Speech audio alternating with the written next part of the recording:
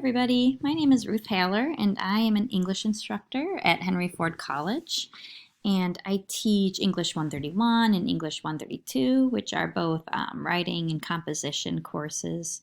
And one of the things that I like to cover at the beginning of the semester is the topic of plagiarism, because it's an important one in the college environment. And it has really significant consequences in most English courses and courses throughout, the entire curriculum on campus in all sorts of departments and different disciplines and fields. And since it has, such dire consequences in some cases, I think it's only fair to really lay out what's meant by plagiarism, so students can feel confident that they're not doing it, and that we're just being very transparent about what we mean by plagiarism. So this is called defining plagiarism so you can avoid it. That's our main goal here, is to help you avoid plagiarism. So let's get started. And this is the idea that most students come in with about plagiarism. They have some basic understanding of the concept. So I have this sentence in quotes because it's actually the Henry Ford College's English department's written definition of plagiarism. It says, essentially, plagiarism is the act of using another author's words or ideas without properly crediting him or her. And so, yeah, that is the very basic definition of plagiarism.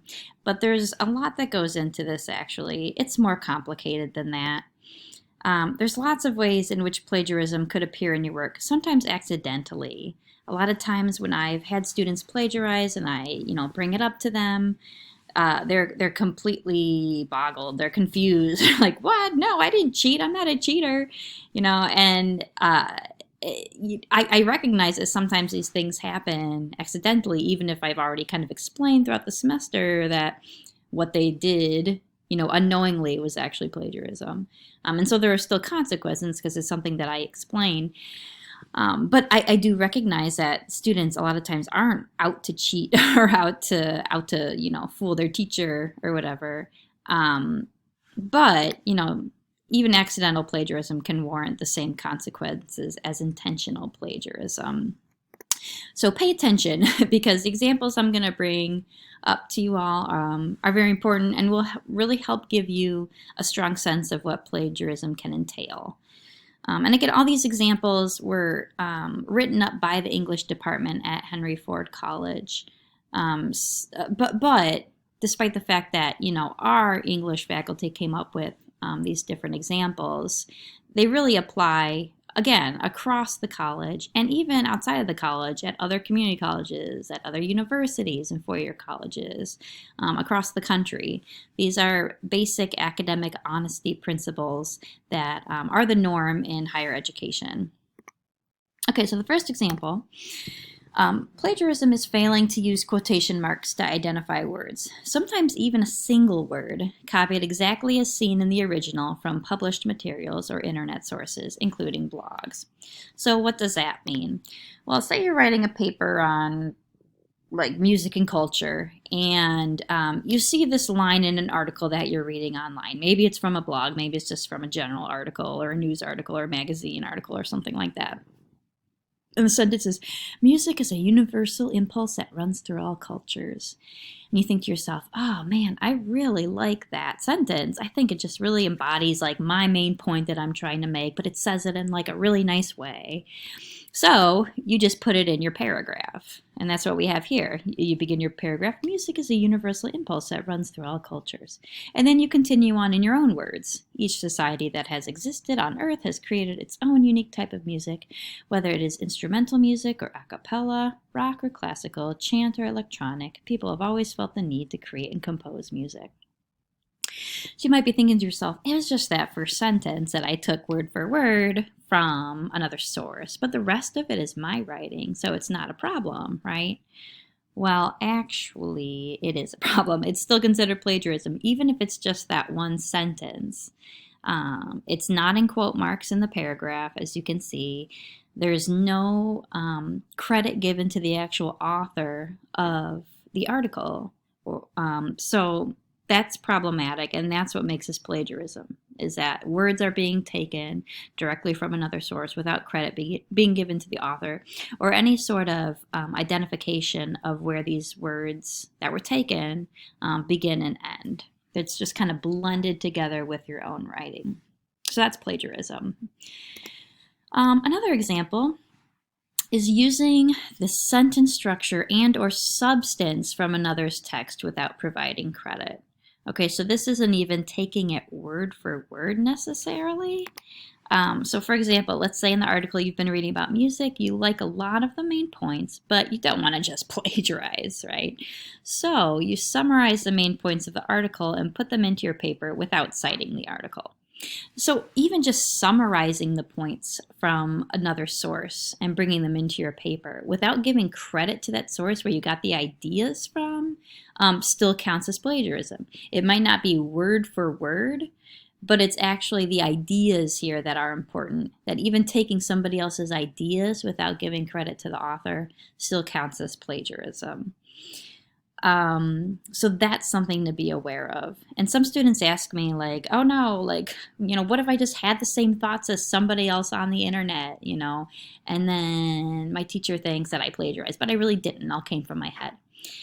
Rarely do students get in trouble for something like that. Usually if there's going to be an accusation of plagiarism, there's a very clear link from a student paper to a source on the internet that's sort of like undeniable. I've never had a problem with a student being like, no, I really just came up with this in my head, and me being like, no, it's plagiarism. So I wouldn't get too hung up on that sort of point. But if you are taking an article and putting it in your own words, but you're still using all those same ideas and not giving credit to the original source, then yes, that is plagiarism. Okay, another example. Employing, or in other words, using passages directly from sources while only rearranging word order, altering grammar, or revising a few words. So here's that original sentence. Music is a universal impulse that runs through all cultures.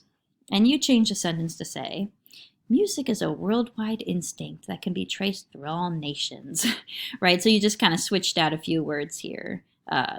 Universal became worldwide, and impulse became instinct, and cultures became nations, or whatever. So it kind of still gives the same point as the original sentence, but in like a clunkier way that maybe doesn't make as much sense as the original sentence. This is something I actually see a lot in plagiarism. Students taking like a paragraph from an original source, copying and pasting it into their own papers, and then just like changing the words slightly, like trying to find synonyms or words that mean the same thing, sort of switching them out.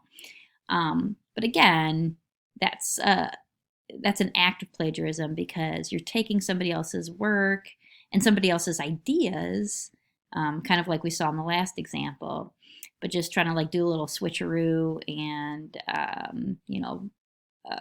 fool your instructor into thinking that you came up with the idea yourself. So that's something to definitely avoid. Oops, I'm sorry. So here's just that sentence in the context of the paragraph. Again, that's still wrong, right? All right, example number 4. So omitting, which means leaving out, the sources or parenthetical documentation for words or ideas, right? So the student is taking a good step here, right? So we have that sentence, music is a universal impulse that runs through all cultures, but now it's in quotation marks, which is great, because what the quotation marks is telling the reader is that this sentence came from another source. Somebody else wrote this sentence. It's a great first step. However, the student needs to follow through, right, and finish the citation by actually telling us where the source came from, giving credit to the author through the use of some sort of documentation or citation, right? So giving the author's name, or giving the title of the book or the article or wherever it came from. So the reader has a reference here. And so the original author is getting the credit for writing the sentence, right? So again, using the quote marks, really good first step, but you need to do the second step too, which is actually providing the credit and giving the author recognition here. Okay, fifth example, submitting a works cited or references page that lists sources which are not cited parenthetically. So a lot of times students sort of feel like, well, as long as I have a works cited page right at the end of the paper that lists all the different sources that I used, then no problem. I've done my due diligence and there's no plagiarism in the paper, but that's not actually true. Even if you list all the sources you use in your essay or your assignment on your works cited page, if you don't use an actual in-text parenthetical citation, and that's what I have there with the Brown 45, Brown would be the last name of the author, 45 would be the page number, that's typical MLA citation. If you don't use an actual citation after you quote or summarize from that source, it's still plagiarism, right? So it's great to have the works cited or the references page, but within the actual paper itself, you need to make sure when you're using the source, you're at the same time using a citation that connects that quote or that summarized information back to the source on the works cited page, right? It makes that link between the two, because that's why the works cited page is there to begin with. Okay, so this next example is more of like an academic dishonesty situation, not so much plagiarism, but it has the same consequences. So falsifying citations, such as inventing or misrepresenting sources. So say you need to incorporate 5 sources into a project to meet the project requirements, and you only have 4. You're running out of time, so the paper is due in like an hour or something. So you just make one up, including the author information, title of the publication, the year it was published, all that. Right? You're like, well, I need 5, I only have 4, let's just make something up. Make up a quote, make up a source. I'm sure the instructor won't actually check to see if it's real or not, right? This is academic dishonesty, even if you're not taking somebody else's work and sort of copying it into your own without giving credit, which is plagiarism. Academic dishonesty has the same sorts of consequences and penalties. So this situation would be handled in the same manner as plagiarism. Because you're just doing something dishonest with your academic work. And then the last example, submitting as one's own a paper or an assignment written or revised by another person. So there's lots of different places on the internet where you can find pre-written papers. There's lots of blogs which post like student work from composition classes, and some of those papers might really be similar to the ones that you're writing for composition classes here at Henry Ford. Or you could, sometimes students have just somebody else write a paper for them, whether they pay somebody or they have a friend or a sibling or a parent. All of these are examples of academic dishonesty and plagiarism because you're taking somebody else's work, but putting your name at the top of it. And when you put your name at the top, you're basically saying, I did this work belongs to me. And if it doesn't belong to you, then it's plagiarism, right? So don't do that. That's a really major example of plagiarism. That would have really bad consequences. But also this idea of revising, right? Even just giving somebody a paper and saying, all right, here's my paper, make changes and make it better, right? If you're not sitting next to that person, working on it together, and you're coming up with the majority of the content and the majority of the changes, even that could be considered plagiarism. So it's good to work with somebody in our virtual writing center through Henry Ford College, with revisions, or any sort of peer review you would do together in class, or getting drafts from your instructors. Those are perfectly legit ways of doing revision. But just kind of sending your paper to somebody you know and saying hey, look at this, and I don't care, make whatever changes you want. That's sort of, that's plagiarism. Okay, when in doubt, ask your instructor. Consult a respondent at the virtual writing center here on campus. And don't wait until you've already turned in the assignment. Be proactive. And even if you're nervous about asking your instructor, oh, they're going to think I'm stupid, or they're going to judge me. No, your instructor will not judge you before the assignment is due, but they might judge you after it's due. So be proactive and ask. And hopefully this helps you think about plagiarism a little more clearly.